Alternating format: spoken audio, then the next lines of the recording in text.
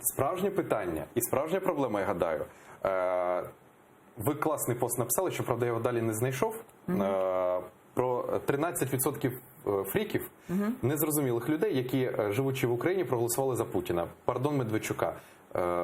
Як в слові хліб, зробив 4 помилки, вийшла піва. Да? Що, по суті, одне й те саме. От для мене незрозуміло, що людям ще треба довести: обстріл Маріуполя, анексія Криму, 13 тисяч загиблих, 13 тисяч загиблих, вирваний хребет у Рішата Аметова, кримського татарина, Едема Бекірова, який нині просто його катують, банально катують.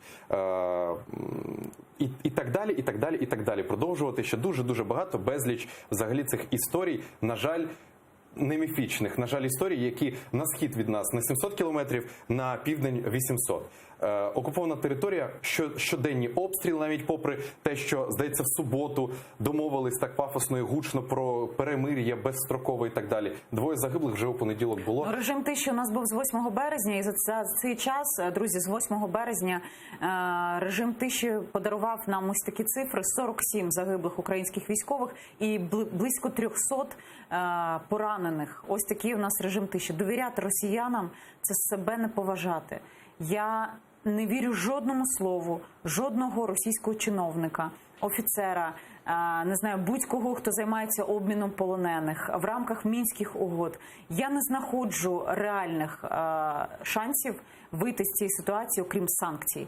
Немає можливості перемогти Росію якимись домовленостями, обіграти її, не знаю, знайти компроміс з цим ворогом. Немає їх. І коли українська влада до цього дійде, а мені здається, що Зеленський ще не до кінця до цього дійшов, тоді ми будемо бачити результати. Там розмова з Трампом, після неї ще з'явилася інформація, що наступного тижня комітет Сенату США буде розглядати питання щодо санкцій до Європи з приводу Північного потоку. Так само вони розглядатимуть санкції проти Росії, і європейці розглядатимуть санкції. І зараз має бути з боку Зеленського дуже міцна дипломатична зовнішня політика, чим був вкрай сильний Петро Порошенко і в чому є вкрай слабкий Володимир Зеленський.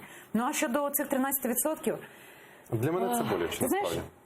Ну, я ж дівчина з Південного Сходу, я народилася і виросла в Запоріжжі, і ментально я дуже чітко розумію, чому так було проголосовано. По-перше, впевненість в тому, по-перше, лева частка людей ніколи не були в Європі там. Вони про Європу знають, ну, що вони знають про Європу? Європа.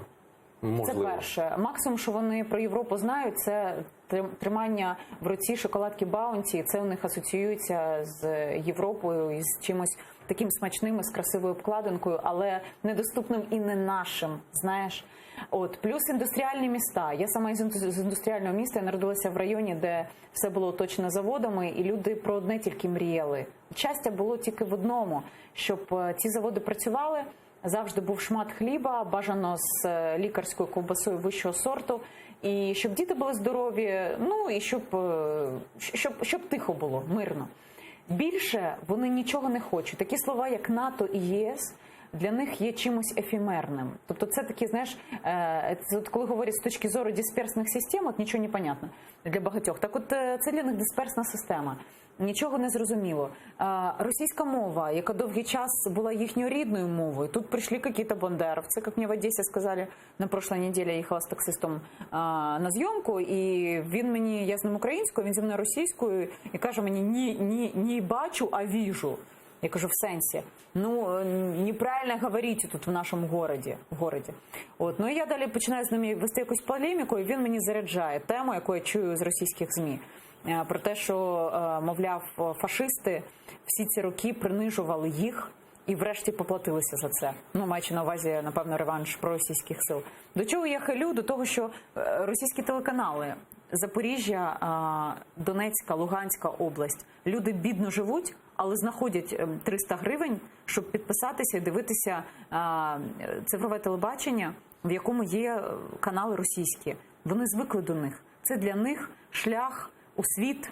Їм приємні ці голоси, ці розмови. Вони вважають, що зближення з росіянами тільки посилить нашу країну, ефемерно вважають.